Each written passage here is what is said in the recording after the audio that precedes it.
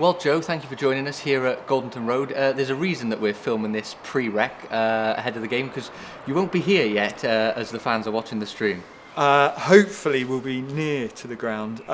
We'll be setting off from central London at about 6 in the morning with the match ball, so we hope we get it here for you guys to watch the game. And then hopefully arriving here in good time to hand the ball over, and then at kick-off try to run double the distance that the Blues players were cover in the match. Yeah, and what's the reason that you're doing all this work for? Well, we're a group of 7 friends, and one of our friends from school days, we're all sort of sons of Bedford, sadly lost his son Harry to cancer 2 summers ago, and we put together a challenge last year to try and raise money for the Royal Marsden Hospital, but sadly COVID conspired against that.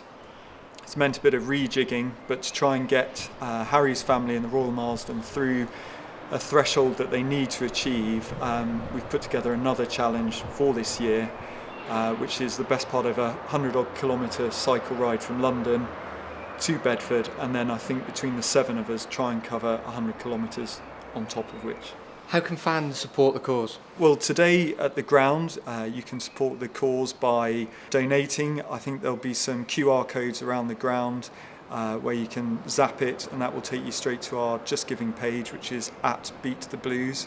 We're online, obviously, as I've mentioned, so Just Giving and then fundraising @BeatTheBlues. We'll be down and around the town with people collecting with buckets and with contactless pay points, trying to extort money from the good people of Bedford. And again, we're on Facebook, so it's if you put in Harry's Giant Pledge or Beat the Blues, you'll be fed to our page where there's many ways that you can help and donate.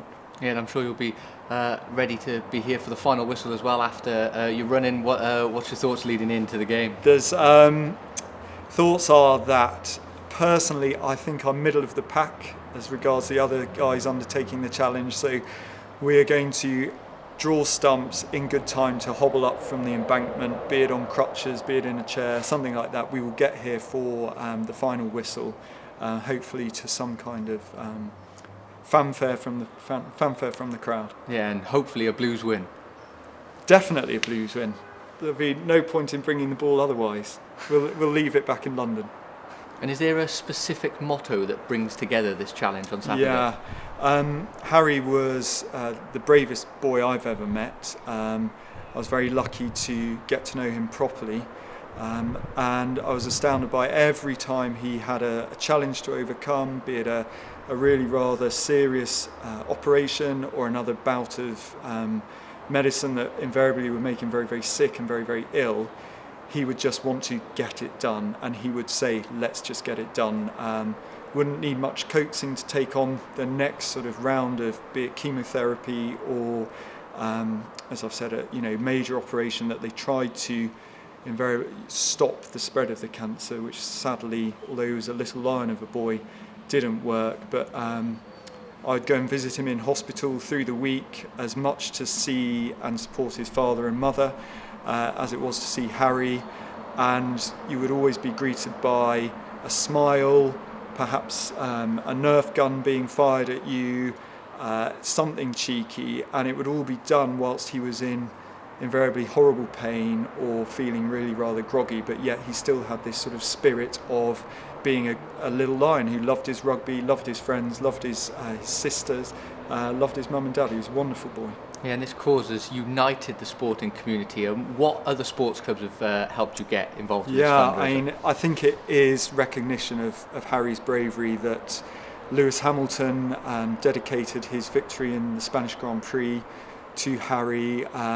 We've had wonderful support from the Blues. We've had support from various Premiership rugby clubs, and then sort of in the celebrity world, various radio DJs, television presenters have been very good at supporting the cause, which has then, just through social media, drawn in many more people and swollen the coffers to in excess now of £500,000, which in a society where we are often bombarded with Just Giving requests or charity requests, I think it's a real dedication to Harry's parents, James and Charlotte, the effort and the tirelessness that they've put into raising such a huge amount of money, which will go specifically to pioneering children's cancer research.